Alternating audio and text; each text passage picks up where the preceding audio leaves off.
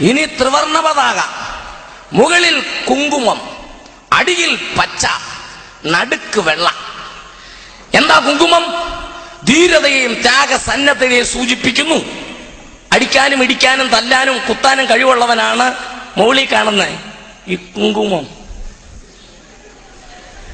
ഈ താഴെ കാണുന്ന പച്ച അതല്ല, അത് സസ്യസമ്പൂർണമായ ഭാരതഭൂമിയുടെ ഐശ്വര്യത്തെ സൂചിപ്പിക്കും. എന്ന് പറഞ്ഞാൽ ഇച്ചിരി കാശും പുത്തനും ഒക്കെ ഉള്ള ആൾക്കാരാ പച്ച. പിടി കിട്ടിയോ? പക്ഷെ നടുക്കത്തെ വെള്ളയുണ്ടല്ലോ, അത് നമ്മളാ. മനസ്സിലായവർക്ക് ആ ദൈവത്തെ സ്തുതിക്കുന്നു. വെള്ള നടുക്ക് വന്നതിനാൽ ദൈവത്തെ വാഴ്ത്തുകയാണ്. ദേശീയ പതാകയുടെ നടുക്ക് വെള്ള കൊണ്ടുവന്ന എന്റെ ദൈവത്തിന് സ്തോത്രം, വെള്ള കൊണ്ടുവന്ന എന്റെ ദൈവത്തിന് സ്തോത്രം. തീർന്നില്ല.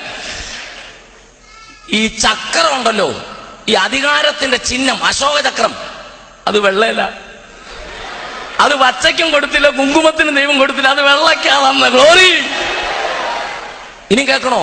അശോകചക്രം എന്നാ അതിന്റെ പേര്. ശോകം ദുഃഖം, അശോകം ദുഃഖം മാറുമെന്ന്.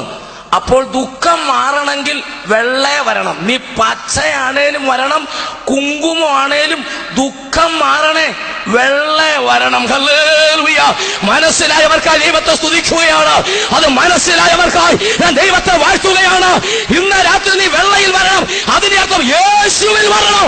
യേശുവിൽ വരാതെ നിനക്ക് പ്രവാസം കിട്ടുകയില്ല.